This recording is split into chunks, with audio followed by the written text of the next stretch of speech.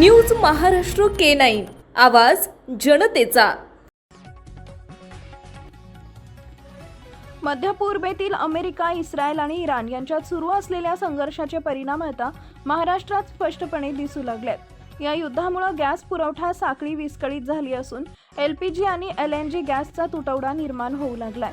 या परिस्थितीचा परिणाम उद्योग, हॉटेल व्यवसाय आणि सामान्य नागरिकांवर एकाच वेळी होताना दिसत आहे। काही ठिकाणी उद्योग बंद होण्याच्या मार्गावर आहेत, तर शहरामध्ये गॅस सिलेंडरसाठी नागरिकांच्या लांबच लांब रांगा लागत आहेत। त्यामुळे राज्यात गॅस टंचाईचं संकट अधिक गडद होण्याची भीती व्यक्त केली जाते। मुंबईसह ठाणे, पुणे, कोल्हापूर, सोलापूर, अकोल्यातही गॅस अभावामुळे नागरिक आणि व्यावसायिक चिंतेत आहेत। अनेक हॉटेलमध्ये फक्त 1 ते 2 दिवस पुरेल इतकाच गॅस आहे, त्यामुळे त्यांना वेळेत गॅस मिळाला नाही तर त्यांच्यावर संक्रांत येऊ शकते। LNG गॅसच्या कमतरतेचा सर्वाधिक फटका उद्योगांना बसत आहे। औद्योगिक वसाहतीमध्ये सुमारे 30 कारखाने बंद पडण्याच्या मार्गावर असल्याची माहिती समोर येते आहे। विशेषतः ऑटोमोबाईल, फार्मा आणि स्टील उद्योगावर या तुटवड्याचा मोठा परिणाम झालाय। सध्या अनेक उद्योगांकडे केवळ 2 दिवस पुरेल एवढाच गॅस साठा उरलाय। केंद्र सरकारने या वायूचा वापर केवळ घरगुती LPG उत्पादनासाठी राखीव ठेवल्यानं औद्योगिक गॅस पुरवठा थांबलाय।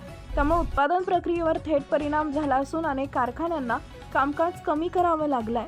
दरम्यान गॅस टंचाईचा परिणाम आता मुंबईतील हॉटेल उद्योगांवरही दिसू लागलाय। आहार म्हणजेच association of hotel and restaurant या संघटनेच्या माहितीनुसार गॅसच्या कमतरतेमुळे शहरातील जवळपास 20% हॉटेल्स बंद ठेवण्यात आली आहेत। हॉटेल व्यवसाय मोठ्या प्रमाणावर LPG आणि कमर्शियल गॅसवर अवलंबून असल्यानं हा तुटवडा गंभीर मानला जातोय। सध्या अनेक हॉटेलकडे फक्त आज आणि उद्या पुरेल एवढाच गॅस साठा उरलाय।